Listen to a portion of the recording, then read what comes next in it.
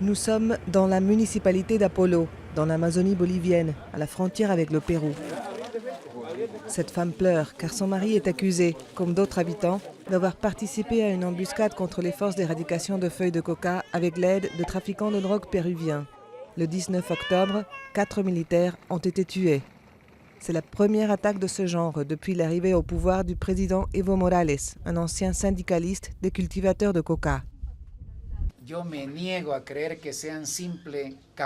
refuse de croire que ce soit le fait de simples paysans. Là, il y a une intervention et c'est une des hypothèses. Nous n'écartons aucune hypothèse. Selon l'enquête, cela pourrait être des étrangers qui ont été contactés par certaines des personnes qui sont détenues et par d'autres qu'on cherche encore. Le Pérou est le premier producteur mondial de coca, une feuille qui sert à fabriquer la cocaïne.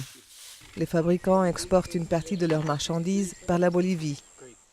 Le gouvernement bolivien considère que les 2/3 des champs de coca du pays sont légaux, destinés à des usages traditionnels, comme la mastication de feuilles contre le mal d'altitude.